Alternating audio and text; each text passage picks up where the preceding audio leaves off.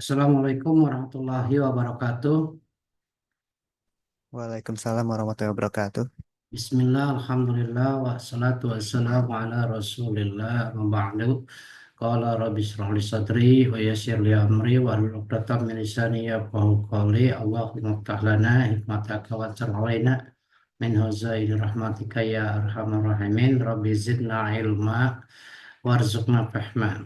Radina billahi rabba wa bil islami dina wa bi nabi ya rasulah.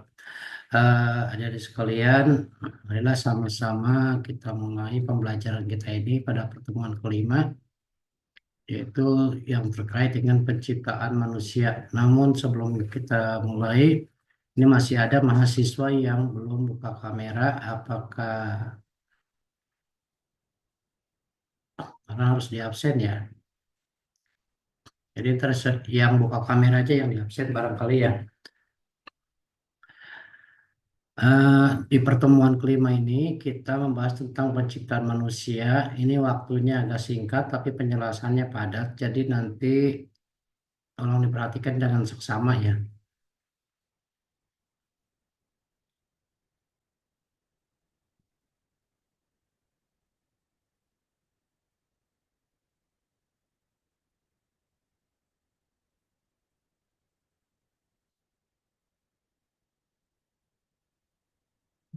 Eh, Berkaitan dengan penciptaan manusia, manusia adalah makhluk yang sangat unik, yang sangat spesial.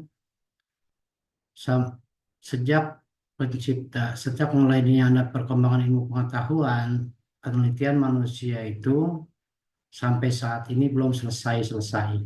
Artinya apa?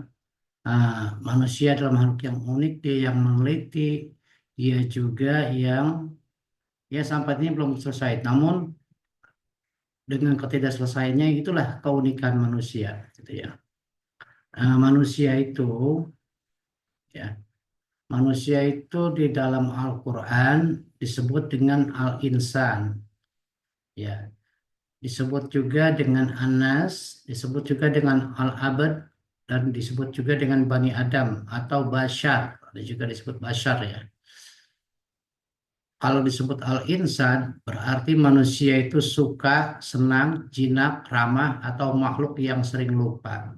Kalau disebut anas, manusia itu bahasa jamak, berarti manusia. Ya.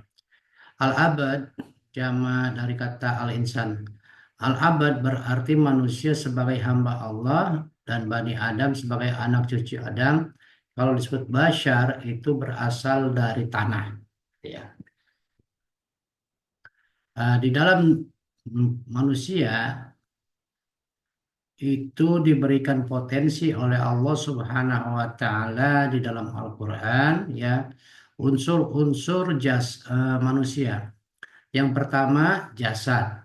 Jasad ini terbuat dari tanah asal muasalnya ya. Ini kita ngaji asal muasalnya manusia. Terbuat dari tanah, kemudian tanah itu berasal dari air, air itu berasal dari angin, angin itu berasal dari api, api itu berasal dari Nur Muhammad, Nur Muhammad. Nur Muhammad itu maksudnya bukan Nabi Muhammad ya. Nur Muhammad itu sebelumnya makhluk tercipta. Nur Muhammad itu dari Nur Allah. Ya, sebenarnya Nur Allah juga, Nur Muhammad juga. Cuma ulama untuk membedakan, ya, membedakan bahwa cahaya terpuji. Jadi cahaya Allah itu, nurnya Allah itu cahaya terpuji disebutnya, Nur Muhammad. Nah, nurnya Allah itu dari Allah. Sedangkan yang kedua, ruh. Ruh itu berasal dari Nur Muhammad, Nur Muhammad dari Nur Allah dari Allah itu sendiri. Jadi antara jasad dan ruh itu berasal dari cahaya Allah. Asal mula kejadian manusia dan makhluk sesudahnya gitu ya. Nah, ketika Allah menciptakan manusia dalam bentuk jasad, itu dari air sperma laki-laki dan sel telur perempuan yang digabung menjadi satu, kemudian menjadi alaqah. Ya, alaqah itu sejenis darah. Ya, terus mudghah, segumpal daging, kemudian izam, tulang, kemudian dibungkus lagi dengan daging lahman. Kemudian sempurna kejadiannya itu dari ujung rambut sampai ujung kaki pada usia 120 hari atau 4 bulan. Pada saat usia bayi, calon bayi itu di dalam kandungan 4 bulan, dia sudah ada kepala, mata, hidung, telinga, lengkap, kaki dan tangannya sempurna pokoknya jasad. Dan pada saat itu pula Allah meniupkan ruh ke dalam jasad. Nah, sehingga penciptaan manusia itu tambah sempurna. Ya. Namun yang perlu diperhatikan oleh adik-adik sekalian, ya, ketika ruh bercampur dengan jasad, disitulah terciptanya jiwa manusia. Nah, jiwa manusia itu atau diri disebutnya nafs, gitu ya. Nafs itu jiwa, artinya jiwa atau diri. Ya. Di dalam diri manusia itu ada 5 sifat. Di dalam nafs itu ada 5 sifat. Yang pertama, sifat Tuhan. Sebagai potensi Allah memberikan manusia di dalam diri manusia itu berupa potensi, yaitu adalah sifat Tuhan yang dimasukkan ke dalam jiwa manusia. Sifat apa? Satu, yang Asmaul Husna 99 itu merupakan bagian daripada potensi yang diberikan Allah kepada manusia. Nah, termasuk asma Allah yang 100, yaitu Allah itu sendiri, yaitu diberikan kepada manusia. Nah, eh, potensi yang sangat terlihat jelas di dalam diri kita itu sifat Ar-Rahman, sifat Ar-Rahim. Sifat Ar-Rahman itu diberikanlah kepada manusia, kepada laki-laki, dan Ar-Rahim itu diberikan kepada perempuan yang lebih dominan. Semuanya sama.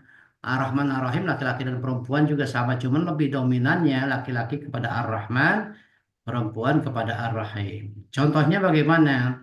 Pada saat seorang suami bekerja 1 bulan penuh, kemudian gajian, biasanya uang gajiannya itu diberikan kepada perempuan, istrinya. Dan sama istrinya dikelola bagaimana cara mengeluarkan zakatnya, buat belanja keluarganya, buat anak sekolah, dan ada lebihnya dia tabung buat keperluan keluarga. Nah itu.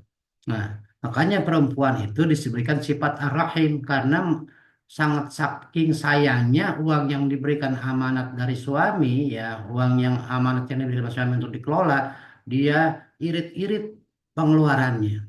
Sehingga kadang-kadang seorang perempuan itu uang 100.000 bisa buat eh, sekolah anaknya, bisa buat belanja di rumah tangganya, ya, semua keluarganya, suaminya makan, anaknya makan, dirinya makan, kadang-kadang orang tuanya juga ikut di situ, nimbrung keluarganya, ya, makan dengan uang 100.000 dia kelola sedemikian rupa.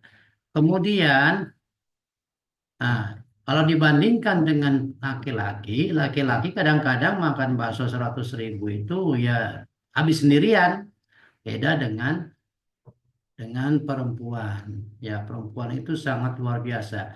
Makanya disimbolkan di dalam diri perempuan itu ada rahim sebagai bentuk Allah, ya, istilahnya memberikan ciri kepada perempuan mempunyai rahim. Rahim itu adalah tempat sorga yang diberikan oleh Allah buat nanti dia mempunyai keturunan. Ya, sehingga bayi yang pemberian dari sel sperma yang diberikan oleh suami kepada istrinya nanti akan berkembang di dalam rahim itu dan disayang benar sama perempuan, sama seorang istri. Nah, itu gambarannya ada sekalian, sifat Rahman dan Rahimnya Allah, sehingga di dalam rumah tangga seorang suami yang punya sifat rahmannya dominan, seorang istri yang punya sifatnya rahimnya dominan, itu hampir tidak ada pertikaian. Rumah tangganya sakinah, mawadah, warahmah. Gitu ya, kalau dalam rumah tangga. Sebaliknya, saudara sekalian, kalau misalnya ada orang yang masih jomblo nih, sudah kerja iya, kuliah jadi sarjana ya sudah. Terus kemudian mereka itu tidak melakukan pernikahan, tidak mau, masih jomblo, senang jomblo. Berarti pengamalan Bismillahirrahmanirrahimnya belum sampai sempurna. Karena dia baru sampai Bismillahirrahman tanpa rohim gitu. Artinya seorang laki-laki yang jomblo itu begitu, pengamalan Bismillahnya belum sempurna. Dia Bismillahnya akan sempurna apabila dia punya seorang istri. Bismillahirrahmanirrahim. Ar-Rahmannya ada di suami, Ar-Rahimnya ada di istri. Gitu. Nah, terus ada di sekalian, itu tentang sifat Tuhan. Dan sifat Tuhan yang lainnya juga banyak. Contohnya sifat Al-Khaliq, kreatif. Manusia itu dikasih sifat Al-Khaliq, kreatif. Tuhan itu sifat Tuhan dititipkan kepada manusia sehingga manusia itu kreatif. Ada yang bisa ini, bisa itu, bisa ini, bisa itu dan lain sebagainya, gitu ya. Terus selanjutnya adalah sifat malaikat. Yang kedua tuh ya, yang pertama sifat Tuhan, yang kedua sifat malaikat di dalam diri kita, di dalam nafs kita. Nah, itu sifat malaikat itu adalah sifat yang patuh kepada Allah Subhanahu wa taala, patuh kepada Rasulnya. Sehingga sifat malaikat itu tidak ada yang jelek, semuanya sifat-sifat yang baik. Makanya kalau di dalam diri kita itu senang belajar, senang mengerjakan tugas, senang bekerja, senang baca Quran, senang sodako, senang berteman dengan orang-orang baik, bersilaturahim, itu tandanya sifat malaikatnya aktif. Ya, terus yang selanjutnya sifat eh, iblis. Ya, di dalam jiwa manusia ada sifat iblis. Sifat apa? Sifat iblis itu sifat sombong, sifat ujub, takabur, merasa dirinya paling hebat, merasa dirinya paling benar, merasa dirinya paling cantik, merasa dirinya paling ganteng, itu merasa dirinya lebih sangat yang paling besar dan lain sebagainya lah. Itu namanya sifat iblis, sifat sombong. Nah, bagaimana cara mengendalikan sifat iblis? Sifat iblis itu harus dibuang jauh-jauh, sifat sombong itu. Diganti dengan sifat tawadhu, merendahkan diri di hadapan Allah dan merendahkan diri di depan manusia. Artinya begini, ya, rendahkan diri kita di hadapan Allah setinggi-tingginya. Kita boleh pintar tapi tidak sombong. Kita boleh kaya tapi tidak sombong. Kita boleh ganteng, boleh cantik, boleh punya jabatan, boleh punya titel, gelar dan lain sebagainya, tapi tidak boleh sombong. Itu cara mengalahkannya, semacam itu sifat-sifatnya. Yang keempat adalah sifat setan. Setan ini terdiri dari dua jenis. Ada bangsa jin, ada bangsa manusia. Surat An-Nas, ingat ya. Setan itu dari bangsa jin dan bangsa manusia. Sifat jelek daripada bangsa jin itu gampang marah, sumbu pendek, gampang terprovokasi dan suka memprovokasi juga, gitu ya. Itu sifatnya bangsa jin, ya. Dan sifat manusia yang istilahnya suka membisikkan kejelekan, ngajak berbuat jelek. Misalnya gini, "Ah, udah jangan belajar, nanti kamu juga istilahnya nyari duit mah gampang, gitu ya. Nggak usah kuliah, presiden sudah banyak." Itu tuh orang ketimpanan sifat setan tuh. Itu bisikan, disebut bisikan setan. Makanya kalau ada di dalam diri kita, ada bisikan-bisikan yang jelek, maka tinggalkan, ya. Nah, itu sesungguhnya bisikan setan dari bangsa jin. Atau dari dalam diri, di luar diri kita, ada teman kita mengajak, udah nggak usah kerjain tugas, nanti juga UTS, udah nggak usah rajin-rajin kuliah, Nanti juga yang penting nilai UTS umpamanya begitu. Malas belajar, malas bekerja, dibisikin kita supaya malas belajar, malas bekerja, malas berbuat baik, itu namanya bisikan setan dari bangsa jenis manusia. Kalau ada manusia yang model begitu, jauhi karena itu sesungguhnya virus yang sangat membahayakan. Makanya Nabi pernah di dalam doa tahiyat itu ada tambahannya berlindung kepada Allah daripada sifat malas. Allahumma inni a'udzubika minal ajzi wal kasali wal jubni wa a'udzubika minal adzabil qabri wa min fitnatil masiihid dajjali wa min fitnatil mahya wal mati gitu ya. Nah itu berlindung kepada Allah daripada sifat malas dan sifat lemah. Nah makanya kita nih sebagai mahasiswa tidak boleh lemah, harus semangat belajar, jangan malas, nggak boleh kendor, belajar yang rajin, kerjakan tugas yang baik, cita-cita kita lulus dengan nilai cum laude, ya, dengan nilai yang maksimal yang bisa membahagiakan, membanggakan kedua orang tua kita dan membanggakan sekolah kita atau kampus kita. Kita menjadi orang-orang yang terbaik, lulusan yang terbaik dan lain sebagainya. Harus semangat gitu. Nah, ada lagi ya sifat di dalam diri kita. Nah, namanya sifat hewan. Sifat hewan ini di dalam nafs kita itu ada sifat hewan, hewan buas dan hewan ternak. Kalau sifat hewan buas rakus, suka mengambil hak orang lain. Nah, makanya kalau ada orang yang suka korupsi itu ketempelan sifat hewan buas tuh. Ngambil hak orang lah lain. Kerja suka nyogok, istilahnya pengen dapat ini itu namanya sifat hewan buas. Yang penting gua masuk orang lain terserah gitu. Begitu ya. Nah, itu sifat-sifat hewan buas. Ada lagi sifat hewan ternak. Sifat hewan ternak itu kerjaannya cuman makan, tidur, kawin. Kadang-kadang makan juga dia dikasih sama tuannya. Tidak mau cari sendiri. Malas ya. Makan, tidur, kawin. Nah, itu kerjaannya hewan ternak. Ya, setelah dia makan, terus dia tidur, kemudian kawin. Contoh, yaitu ayam, hewan ternak, suka dimakan. Nah, suka makannya dikasih sama majikannya. Kemudian, setelah dia makan, tenang, ya itu, tidur. Kemudian juga dia kawin. Subuh-subuh udah 5 kali kawin. Nah itu tuh ayam tuh. Nah lihat binatang ternak yang lainnya kambing dan sapi begitu. Jangan sampai kita punya sifat semacam itu. Kalau sifat ini cara menghilangkannya yaitu dikendalikan. Makan boleh, tapi kita harus cari dari rizki yang halal. Minum boleh, kita harus minum dari rizki yang halal. Tidur boleh, tapi niatkan untuk ibadah. Kawin boleh, tapi harus nikah dulu sesuai dengan syariat agama. Begitu adik-adik sekalian tentang jiwa kita.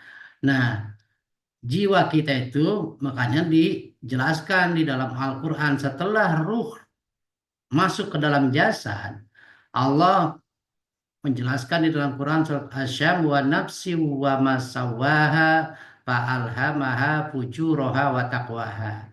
Dan demi jiwa dan kesempurnaan penciptaannya, aku ilhamkan ke dalam diri manusia itu sifat fujur, sifat durhaka, sifat dosa, dan sifat takwa. Nah, itu tadi sifat takwa itu berasal dari sifat Tuhan dan malaikat, sedangkan sifat fujur itu dari sifat iblis, sifat setan, sifat hewan ternak dan hewan buas. Nah, itu.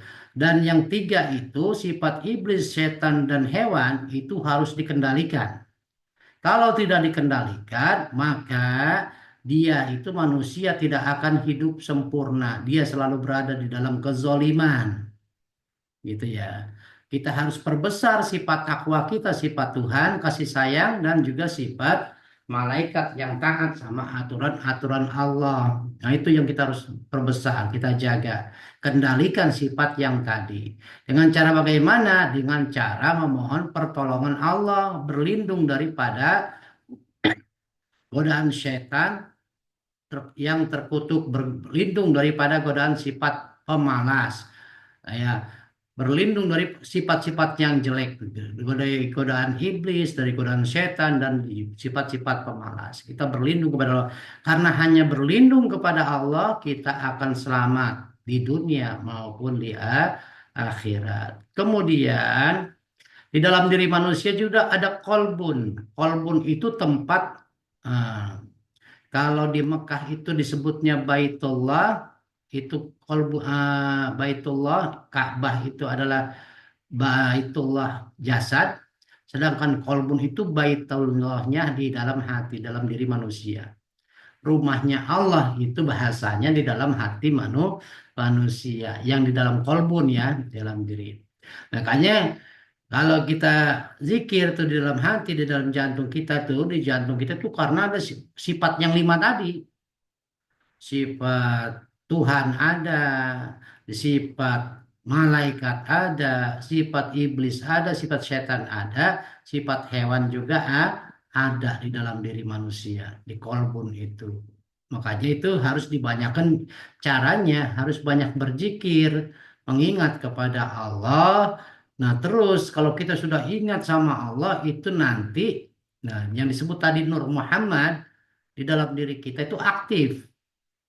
Nah, kalau dia sudah aktif, maka nanti eh, diri kita itu akan terjaga daripada sifat-sifat jelek. Makanya diaktifkan, diaktifkan dengan cara berzikir dan banyak ibadah kepada Allah dengan cara baca Quran.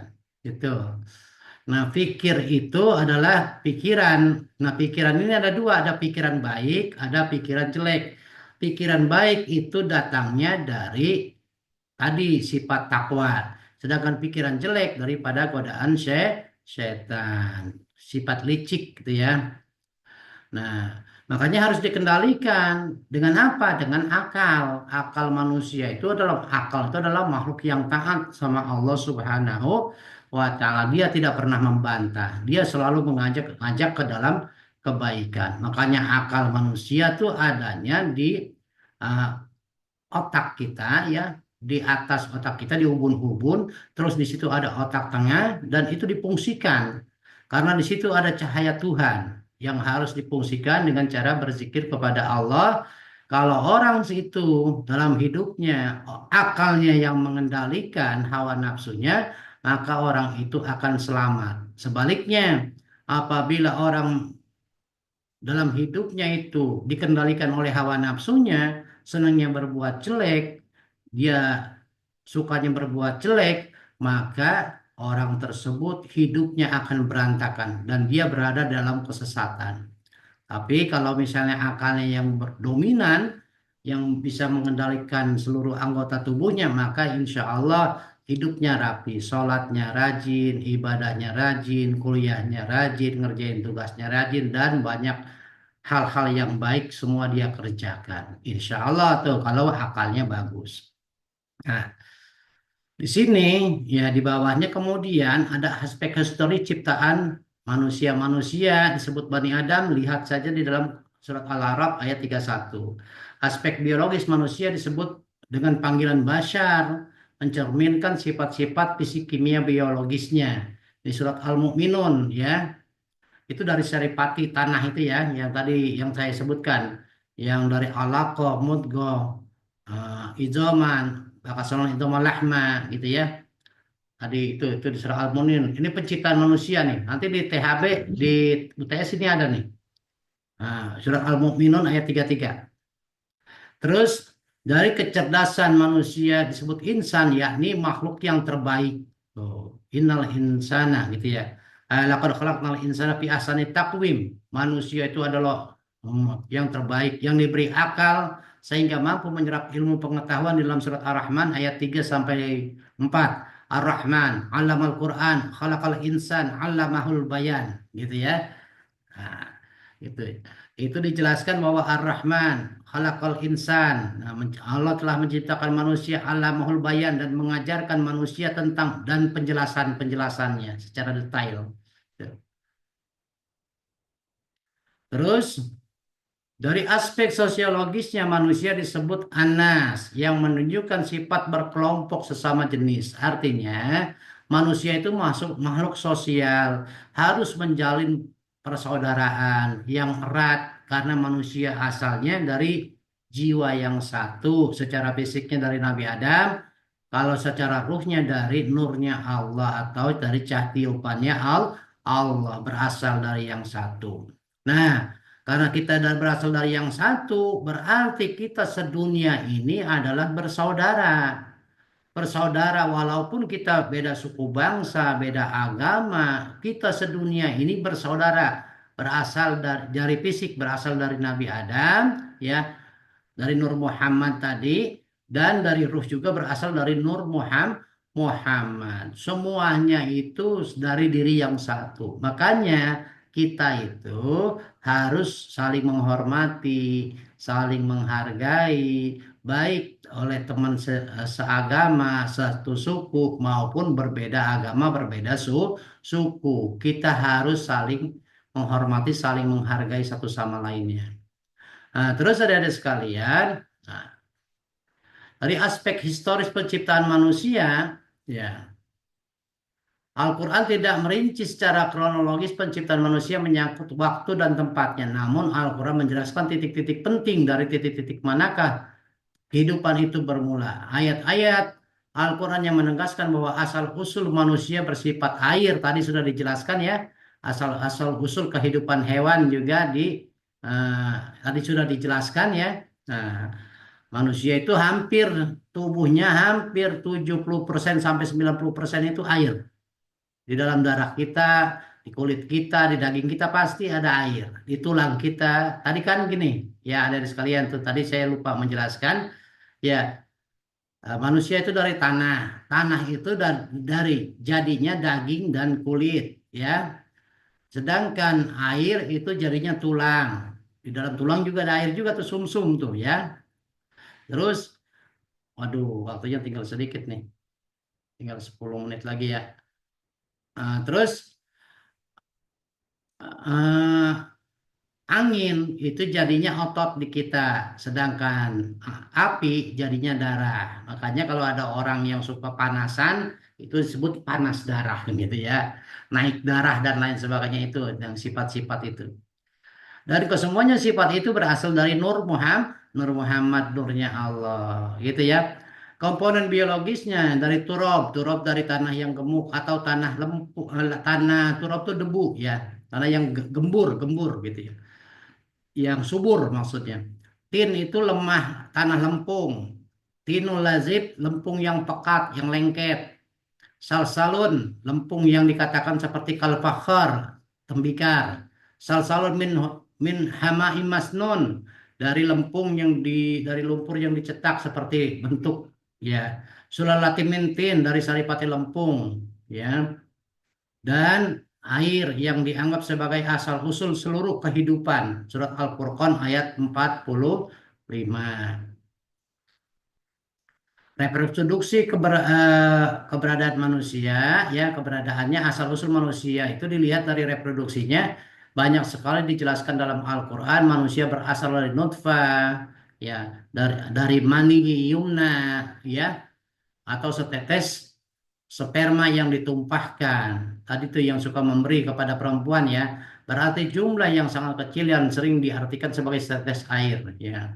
Ruh dan nafas adalah komponen penting yang menentukan ciri kemanusiaannya manusia.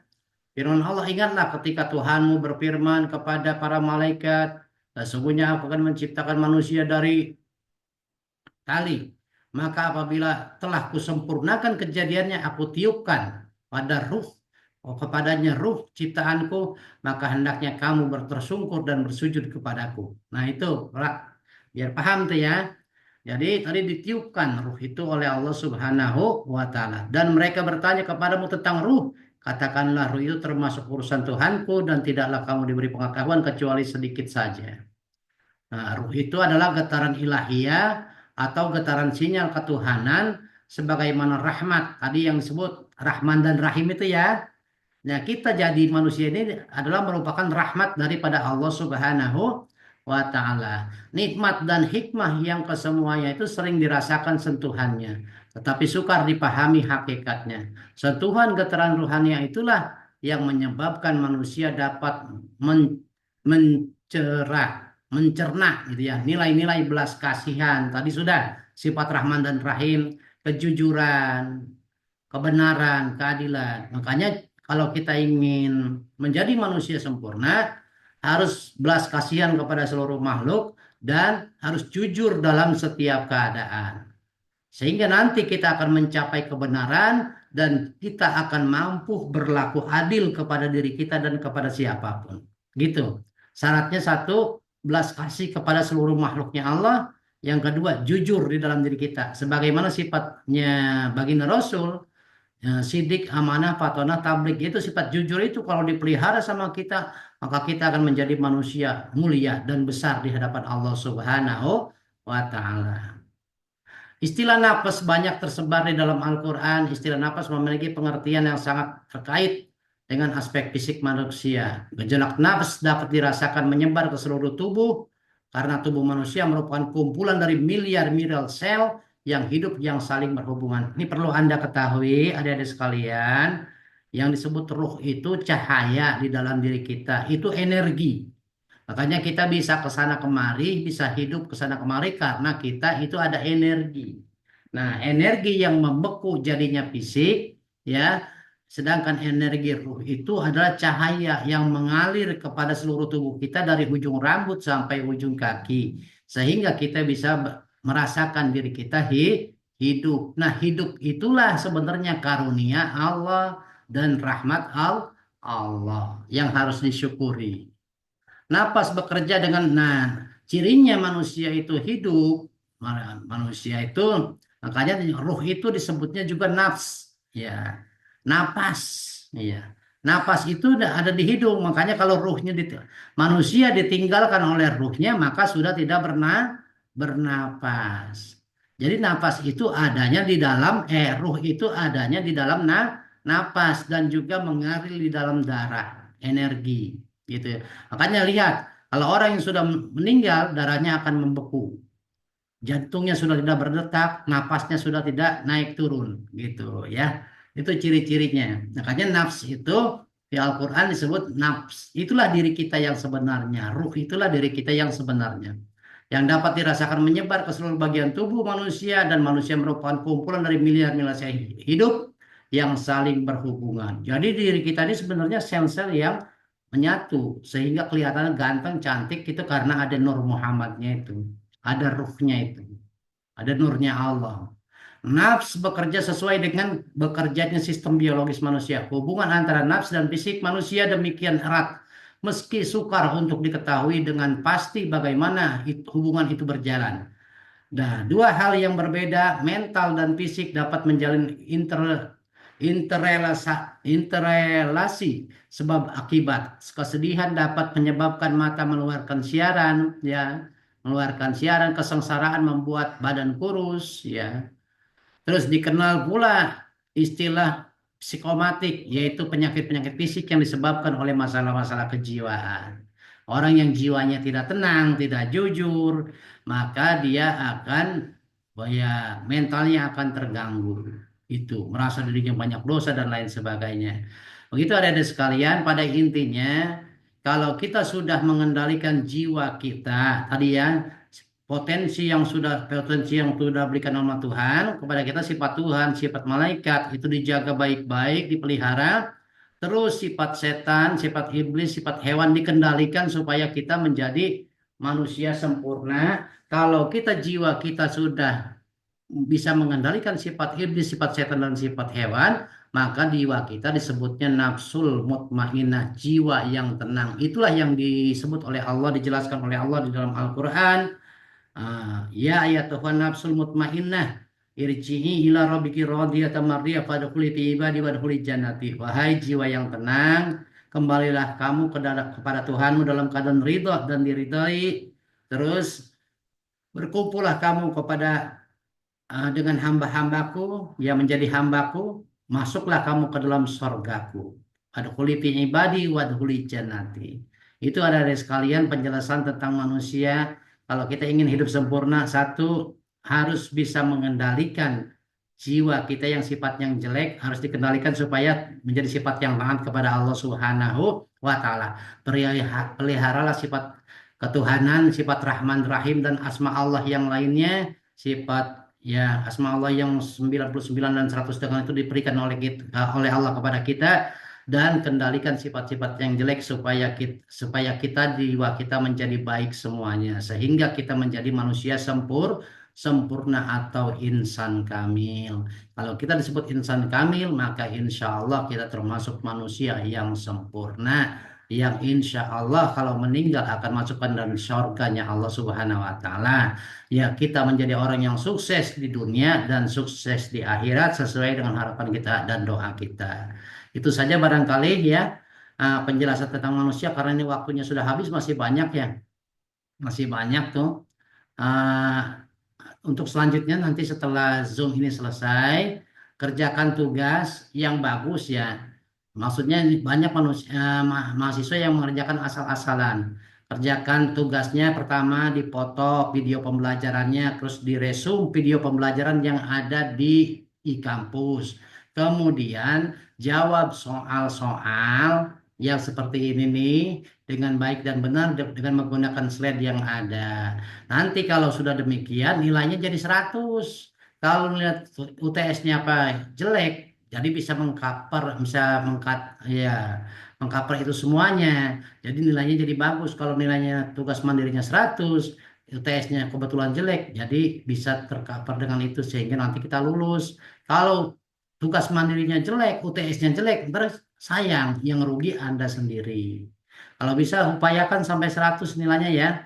Ya, kalau misalnya ada fotonya, ada resum video pembelajarannya, foto video pembelajaran maksudnya, ada resumnya, terus ada tugas ininya, maka nilainya 100. Syukur-syukur tulisannya rapi, kiri kanannya itu tidak belok-belok ya. Itu kiri kanannya harus rapi, maka itu lebih bagus lagi. Itu nilainya bisa